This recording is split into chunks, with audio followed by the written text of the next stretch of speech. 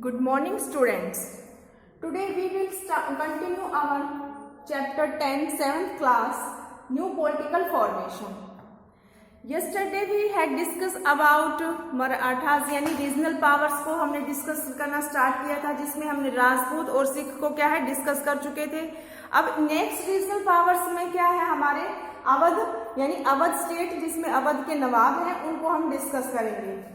Let's start. After the decline of Mughal Emperor, Awadh as independent state, regions around Lucknow, Kanpur, Banaras and some area of Allahabad.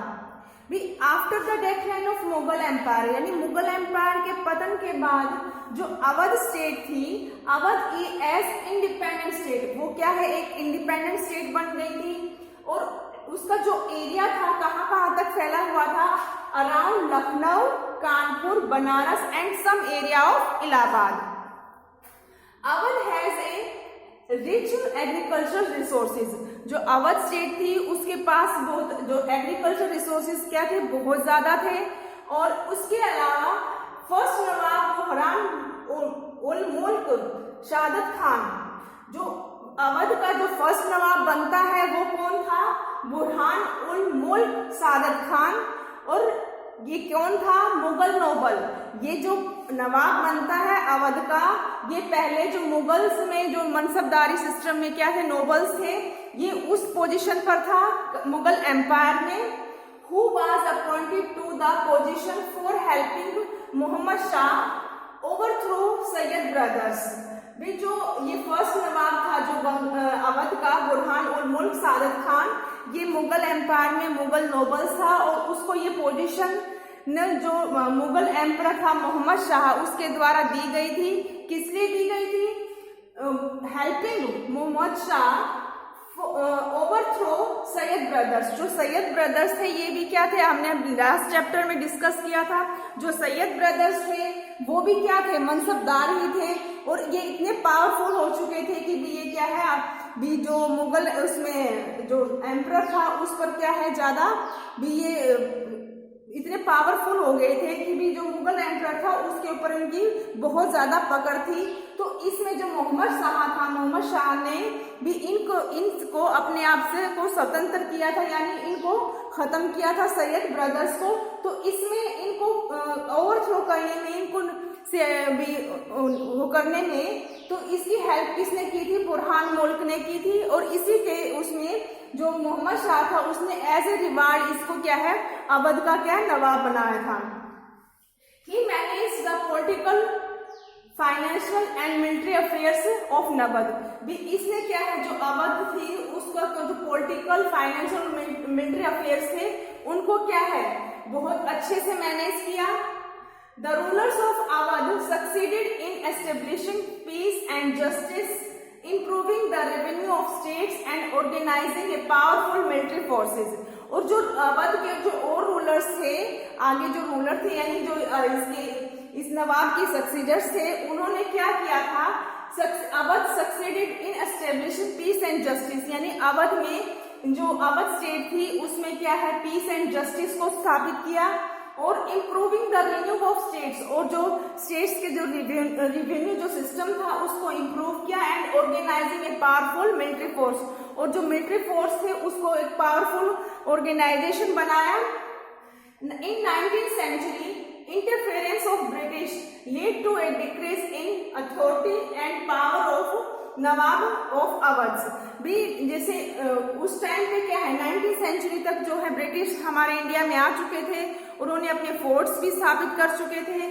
और उनकी भी interference क्या है बढ़ चुकी थी, किसमें, जो इंडिया में हर एक उसमें स्टेट्स में। तो इसमें भी क्या था, जो अवध स्टेट थी इसमें जो ब्रिटिश थे, British lead to decrease the authority. और इसमें जो इंटरफेरेंस बढ़ चुकी थी ब्रिटिश की, तो उन्होंने क्या है उनकी पावर को, किसकी, अवध के जो नवाब थे उनकी पावर्स को और उनकी अथॉरिटी को क्या है कम करना शुरू कर दिया था। अब हमारी नेक्स्ट रीजनल पावर्स में आता है अवध के बाद हैदराबाद। निजाम उल मुल्क आसफ जहाँ, also known as a Kulich Khan, was a powerful noble in the court of Mughal emperor. ठीक है। जो निजामे मुल्क आसफ जाह था वो उसको किस नाम से भी जानते हैं, चिनकुलिच खान के गए। और ये भी एक पावरफुल नोबल था। कहाँ पर? In the court of Mughal emperor, यानी मुगल एम्पायर में ये कोर्ट में ये भी एक नोबल था, पावरफुल नोबल था। और ये किसके उसमें था, एम्परर में था, फरूख खशियर और मोहम्मद शाह के कोर्ट में ये एक पावरफुल नोबल था। As a Mughal mansabdar all financial and military powers were in his hand। भी एज ए मुगल मनसबदार, जब ये मुगल मनसबदार था तो इसमें सारी जो फाइनेंशियल और मिलिट्री जो पावर थी वो इसके हाथ में थी। He was responsible for managing the executive and judicial departments. और ये किसके लिए रिस्पॉन्सिबल था? एग्जीक्यूटिव और जुडिशियल डिपार्टमेंट के लिए क्या है, रिस्पॉन्सिबल था। और द टाइटल ऑफ निजामे उल मुल्क was given him by Farrukh खशियर। जो इसको जो ये टाइटल दिया गया था निजामे उल मुल्क, नाम इसका क्या था, आसफ जाह, लेकिन इसके आगे जो लगा हुआ है निजाम उल मुल्क, ये टाइटल है। और ये इसको जो मुगल एम्परर था फरूख खशियर उसके द्वारा दिया गया था। With the decline of Mughals, he established an independent state of Hyderabad। भी मुगल एम्पायर के पतन के बाद उसने भी क्या है, जो हैदराबाद स्टेट थी उसको एक इंडिपेंडेंट स्टेट में के रूप में स्थापित किया। He founded the Asaf Jah dynasty. उसने आसिफ जाह डायनेस्टी की क्या है, स्थापना की। And his successor known as Nizam. और जो उसके सक्सेसर थे वो क्या कहलाए थे, निजाम कहलाए थे। They set up efficient system of administration and brought the जमींदार under their control। उन्होंने अवध में किसने, हैदराबाद के जो निजाम थे उन्होंने जो हैदराबाद स्टेट में क्या है एफिशिएंट सिस्टम लेके आए वो एडमिनिस्ट्रेशन में। एंड ब्रोट द जमींदार अंडर देयर कंट्रोल। और जो जमींदार थे उनको अपने कंट्रोल में लेकर आए। They also tackle the growing power of Marathas. और इन्होंने जो मराठास थे उनकी पावर को क्या है, पकड़ा, यानी उनकी पावर को टैकल किया, कम किया। किसने, अवध के हैदराबाद के निजाम ने। हैदराबाद के बाद अब हमारी आती है बंगाल।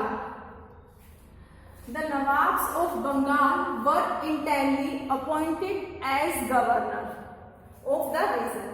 जो बंगाल के नवाब थे वो शुरू में इंटरनली यानी शुरू में उनको एज ए गवर्नर अपॉइंट किया गया था इसमें ऑफ द रीजन, इस क्षेत्र का यानी बंगाल का। जो बंगाल के नवाब थे उन्हें शुरू में क्या है एज ए गवर्नर अपॉइंट किया गया था। किसके द्वारा, मुगल एम्परर के द्वारा। Taking advantage of political instability at the Mughal court they become de facto rulers. भी उन्होंने क्या है फायदा उठाया, किस चीज का फायदा उठाया, पॉलिटिकल इंस्टेबिलिटी। जो पॉलिटिकल यानी जो राजनीतिक इंस्टेबिलिटी थी, उथल पुथल हो रही थी किसमें, मुगल कोर्ट में। They become de facto rulers. De facto rulers यानी वास्तव में वो क्या है, उन्होंने किस चीज का फायदा उठाया, जो मुगल कोर्ट में जो पॉलिटिकल इंस्टेबिलिटी हो रही थी उसके कारण उसका फायदा उठाया उन्होंने। और वो क्या है, वास्तव में क्या है, शासक बन गए। किसके, मुगल एम्पायर के, ठीक है, यानी इसके बंगाल के। उनको कैसे एज ए गवर्नर अपॉइंट किया गया था। लेकिन क्या है, उन्होंने जो इसका जो मुगल कोर्ट में जो पॉलिटिकल इंस्टेबिलिटी हो रही थी उसका फायदा उठाकर और वो क्या है वास्तव में वहां के क्या है रूलर बन गए थे। किसके, बंगाल के। फरूख खशियर अपॉइंटेड मुर्शिद कुली खां एज गवर्नर ऑफ बंगाल इन 1717 में। जो मुगल एम्परर था फरूख खशियर, उन्होंने मुर्शिद कुली खां को बंगाल का गवर्नर बनाया था। कब, 1717 में। तो उसके बाद क्या है, declared his independence and shifted his capital from Dhaka to Murshidabad. जो भी उसने क्या है, पहले तो उसको क्या बनाया गया था, गवर्नर बनाया गया था। किसके द्वारा बनाया गया था, मुगल एम्परर फरूख खशियर के द्वारा। लेकिन उसने क्या है, अपने आप को उसके बाद गवर्नर बनने के बाद वो क्या है, रूलर तो बन चुके थे। उन्हें जो मुगल एम्पायर की कमियों का पता चल चुका था, तो तो इसके कारण भी उन्हें पता चल गया था कि जो मुगल एम्परर है वो वीक हो चुके हैं और वो क्या है, वो पावरफुल बनते जा रहे थे जो ये गवर्नर थे। तो उन्होंने क्या किया, जो मुर्शिद कुली खान था जो गवर्नर बनाया था बंगाल का, उसने अपने आप को क्या है इंडिपेंडेंस डिक्लेयर कर दिया और shifted his capital from Dhaka to Murshidabad.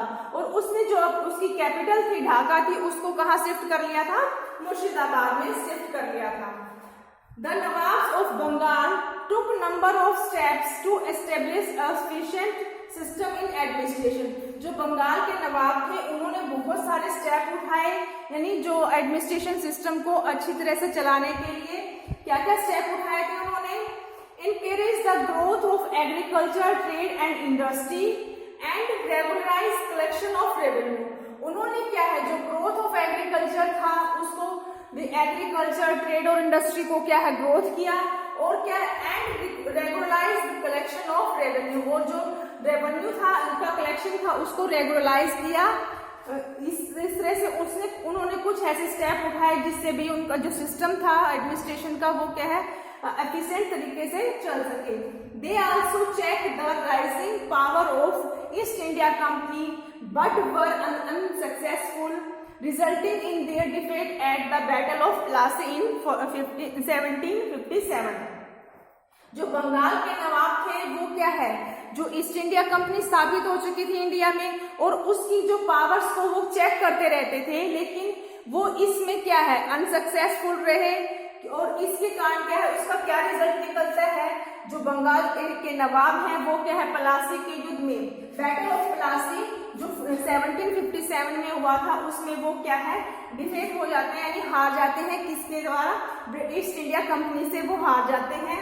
और वे उसकी पावर को तो चेक करते हैं, लेकिन क्या है उनकी इस पावर को चेक करने में क्या अनसक्सेसफुल रहते हैं और क्या है, और बैटल ऑफ प्लासी में क्या है वो हार जाते हैं, किससे, ईस्ट इंडिया कंपनी से।